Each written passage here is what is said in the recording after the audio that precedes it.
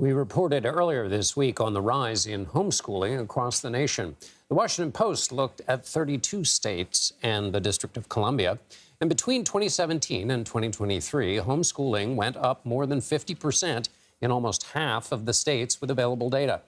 D.C., New York, Rhode Island, and South Dakota all had increases above 90%.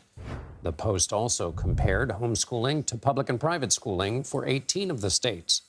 Homeschool enrollment has far outpaced them both, and public school enrollment has actually declined. Here to tell us what's behind these changes is Peter Jamison. He's a staff writer for the Washington Post and was one of the reporters who analyzed this data.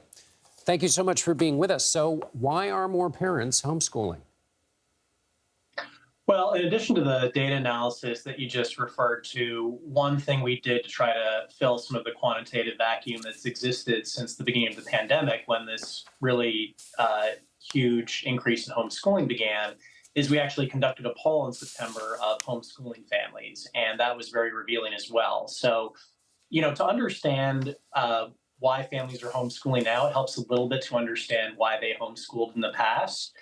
Traditionally, homeschooling emerged in the 1970s, essentially out of anti-authoritarian leftist roots. People who took up ideas such as the philosophy of unschooling, which was sort of the liberation of children from any formal structure of education.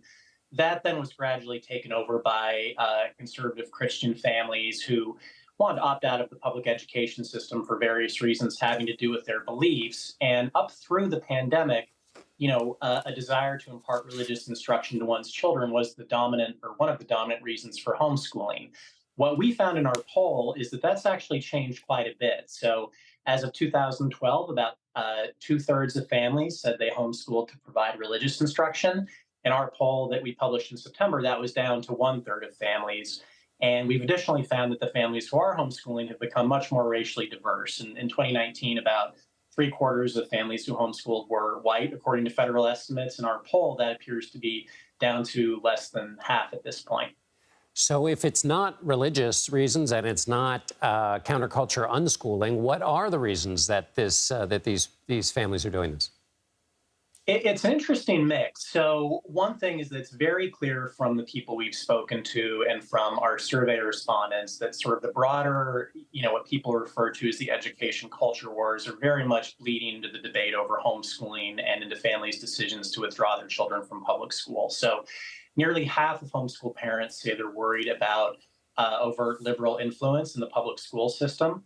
Another interesting finding, though, and I think this is something that would have come as a surprise to people studying homeschooling 10 years ago, is that there's now fully a quarter of homeschooling families who say they're worried about excessive conservative influence in the public schools. So these are families who may have more of a progressive or liberal orientation, who are reacting to laws passed in states such as Florida, governing what can be taught about sexual identity and race, and choosing to opt their children out of public school systems for those reasons.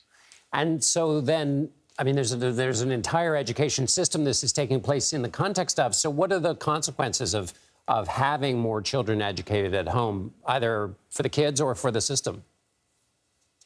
Well, I think those are just beginning to be felt. And this is one thing we looked at in our story we published this week. But, in some places, even places that have seen a very precipitous rise in the number of homeschoolers, they still barely register on the radar. So there's been very large increases in many school districts in New York City, for instance. But often what we're looking at here is, school districts where, there might be 20,000 kids enrolled in the public education system within that district, and there are now perhaps 500 homeschoolers. Where this can really be felt is if you go out to rural school districts, many of which are already struggling with budgetary constraints. And if you have a school district that has, say, 8,000 kids in it, and now because of an increase or a doubling of homeschooling in the last few years, it now has 1,000 homeschooled children, and we looked at a number of districts like that, that really begins to have a potential long-term effect on the public school system, because public schools funding in much of the country is tied to enrollment. And, it's a straightforward equation. If there are fewer students in the public schools and more homeschooling, that's less money for an already, in many places, cash-strapped public school system. Peter Jamison, staff writer for the Washington Post. It's a great piece of work, both qualitative and quantitative. Thanks so much for being here to help us with it. Thank you.